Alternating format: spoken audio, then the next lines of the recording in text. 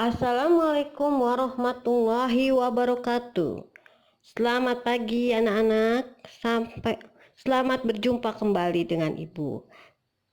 Materi kali ini adalah kelanjutan dari materi yang kemarin, yaitu perdagangan antar daerah atau antar pulau. Sekarang kita akan membahas tentang perdagangan internasional. Sebelum belajar, marilah kita berdoa terlebih dahulu. Berdoa dimulai. Berdoa selesai. Tujuan pembelajaran.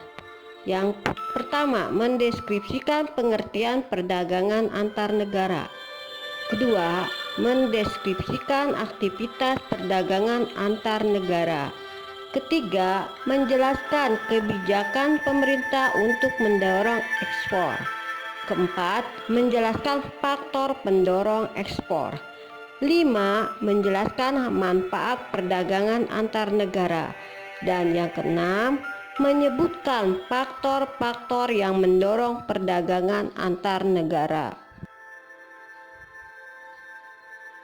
Perdagangan antar negara atau sering disebut perdagangan internasional merupakan aktivitas perdagangan yang dilakukan oleh masyarakat suatu negara dengan masyarakat negara lain atas dasar kesepakatan bersama.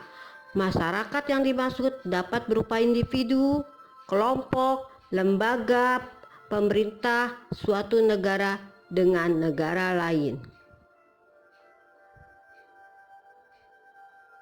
Ruang lingkup perdagangan antar negara berkaitan dengan beberapa kegiatan, yaitu 1. Perpindahan barang dan jasa dari suatu negara ke negara lain. 2. Perpindahan modal melalui investasi asing dari luar negeri ke dalam negeri. 3. Perpindahan tenaga kerja dari suatu negara ke negara. 4.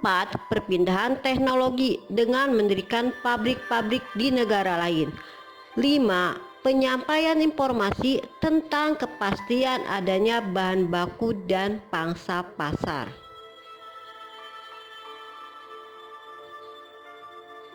Aktivitas perdagangan antar negara terdiri dari ekspor dan impor.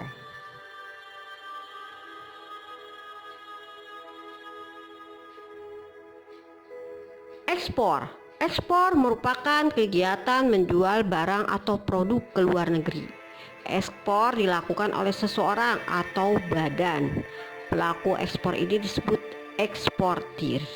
Impor merupakan kegiatan membeli barang dari luar negeri. Seseorang atau badan yang melakukan impor disebut importir. Bagaimana kebijakan pemerintah untuk mendorong ekspor? Yang pertama, memberi kemudahan kepada produsen barang ekspor. Kedua, menjaga kestabilan nilai tukar rupiah. Dan ketiga, membuat perjanjian dagang internasional. 4. Meningkatkan promosi. Adapun faktor pendorong ekspor. Yang pertama, keadaan pasar luar negeri. 2. Keuletan eksportir untuk menangkap peluang pasar. 3. Kondisi sosial ekonomi politik suatu negara. Apa saja manfaat perdagangan antar negara? Yang pertama, memperoleh keuntungan. Kedua, memperoleh barang yang tidak dapat diproduksi di dalam negeri. Ketiga, menjalin persahabatan antar negara. 4. Transport teknologi modern. Faktor-faktor yang mendorong perdagangan antar negara. Yang pertama, untuk memenuhi kebutuhan barang dan jasa dalam negeri. Kedua, keinginan memperoleh keuntungan dan meningkatkan pendapatan negara. Ketiga, adanya perbedaan kemampuan penguasaan iptek dalam mengolah sumber daya ekonomi. Keempat, adanya kelebihan produk dalam negeri sehingga perlu pasar baru untuk menjual produk tersebut.